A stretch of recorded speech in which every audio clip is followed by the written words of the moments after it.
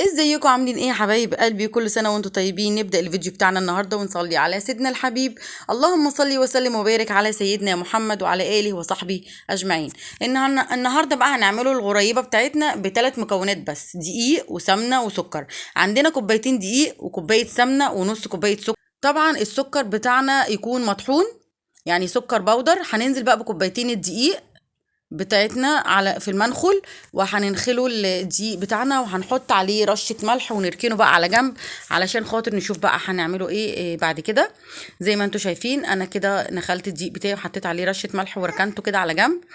هجيب بقى بلاستيكة نضيفة حلوة كده عندي، وهنزل بقى بكوباية السمنة فيها، وهبتدي ان انا اطريها بالمعلقه. هي المفروض السمنه بدرجه حراره الغرفه، فهنطريها بقى كده انا بالمعلقه زي ما انتم شايفين كده. بعد كده هشتغل بالمضرب اليدوي. انا عندي مضرب كهرباء بس انا ما حبيتش اشتغل بيه لان في اكتر الناس ما عندهمش مضرب كهرباء، فقلت نستخدم ايدينا بقى او مضرب يدوي علشان اللي تبقى سهله للي ما عندوش مضرب كهرباء.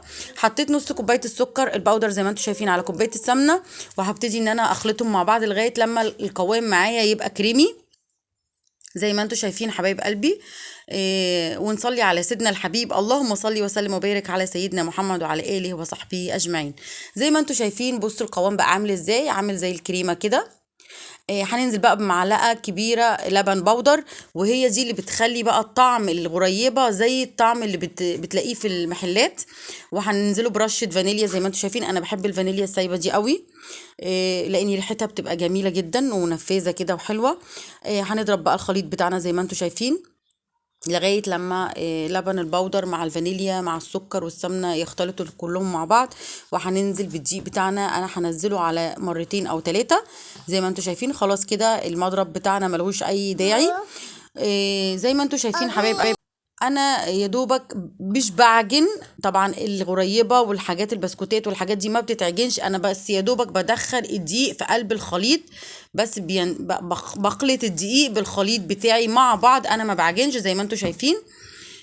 ادي العجينه بتاعتي اهيت. الدقيق خلاص ما بقاش ليه اي اثر، فهي دي قوام العجينه بتاعتنا اهيت. بصوا جميله ازاي، طريه وجميله ما فيش اي حاجه.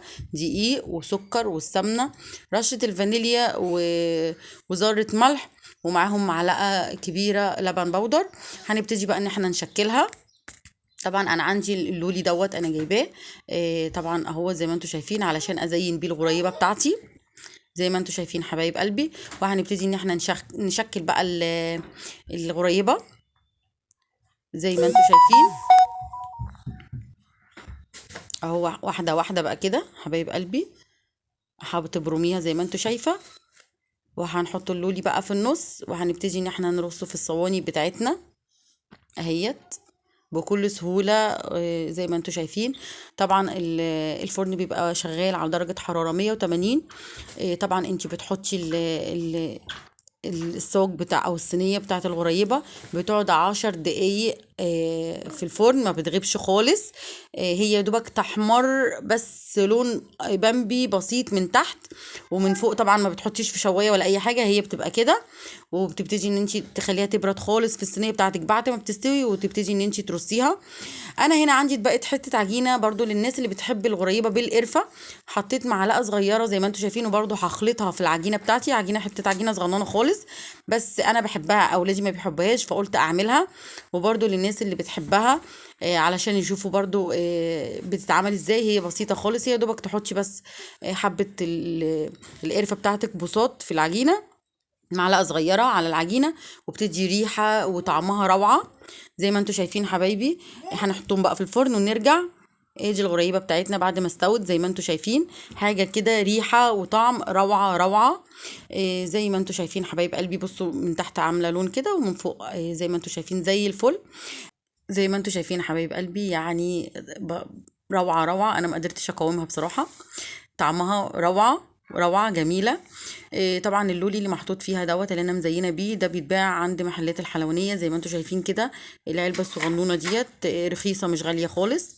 تقدر مش عايزه تحطيه تقدري تحطي مثلا اي حاجه من المكسرات، او مثلا تحطي مثلا في النص زبيب، او في ناس بتحط قرنفل زي ما انتوا شايفينه. برضو اللي بالقرفه روعه روعه، مش قادره اقول لكم ريحتها فظيعه زي ما انتوا شايفين. انا ميزتها بصراحه باللولي كده كتير علشان خاطر اميزها بين التانية، مع اني لونها غامق شويه عنها، فهي متميزه من غير حاجه. حاجه بصوا فوق الخيال. طعمها برضو جميل وحلوة وتدوب كده دوبان. زي ما انتوا شايفين يا حبايبي، دي كانت طريقة الغريبة معانا. طبعا بعد ما تبرد خالص انت بتحطيها في علبة وبتغطي عليها، وبتقدمي طبعا زي ما انتوا شايفين كده بتقدمي للضيوف. ويا رب الطريقة تبقى سهلة وبسيطة والفيديو يكون جميل. وما تنسوش تدعموا القناة وتفعلوا زر الجرس علشان يوصلكوا كل جديد. وكل سنة وانتوا طيبين وبالهنا والشفا.